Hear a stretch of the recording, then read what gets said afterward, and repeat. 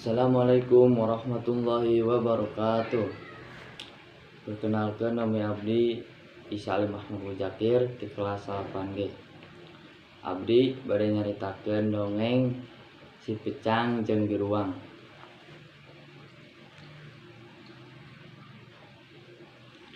Aya hiji biruang coklat awakna lintuh. Manehna sok kataji lamun ngadenge manuk ricit disarada nyanyi galumbira. Biruang hayangeun bisa kakawihan jeung heheotan, tapi manehna teu mampuheun. Dina hiji poe manehna kalangsung di kebon deukeut pilumbureun. Manehna hokeun nempo budak angon anu keur niup suling. Sorana halimpunaker biruang balik deui ka leuweung tuluy nyaritakeun pangalaman ka Si Pecang. Hiji poe si Pecang ulin. Manehna nepi kana dapuran awi. Kusabab cape manehna ngaso di tempat eta keur itu. Kadenge rereketan sora awi anu lumayan halimpu sanajan teu halimpu kawa sora suling. Hadenge kitu bijil sifat jailna manehna boga maksud ngaheureuyaan babaturanana nyaeta Si Pecang. Si Pecang lulumpatan neangan biruang, akhirna si biruang kapanggih keur mandi di hiji talaga. "Cang, yap urang ngeueum hawana kacida panasna." "Hei biruang,"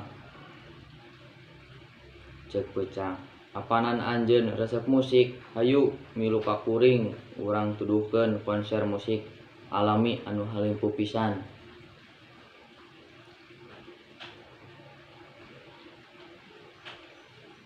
"Wah, nu bener Cang.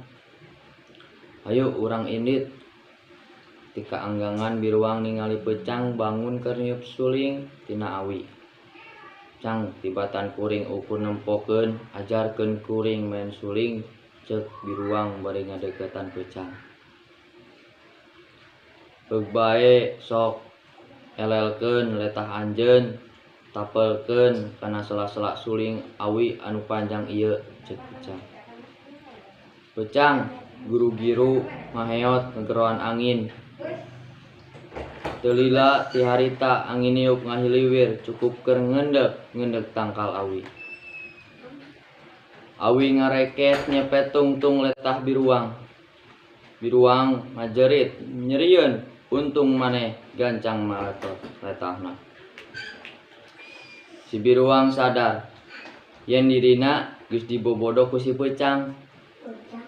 Tapi manehna teu ambek sabab reketna sora awi teh memang kadengena halimpu.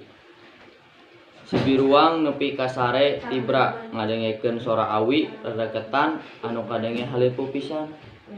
Menawi sakitu ti abdi mah nyaritakeun dongeng Si Pecang jeung Si Biruang. Assalamualaikum warahmatullahi wabarakatuh.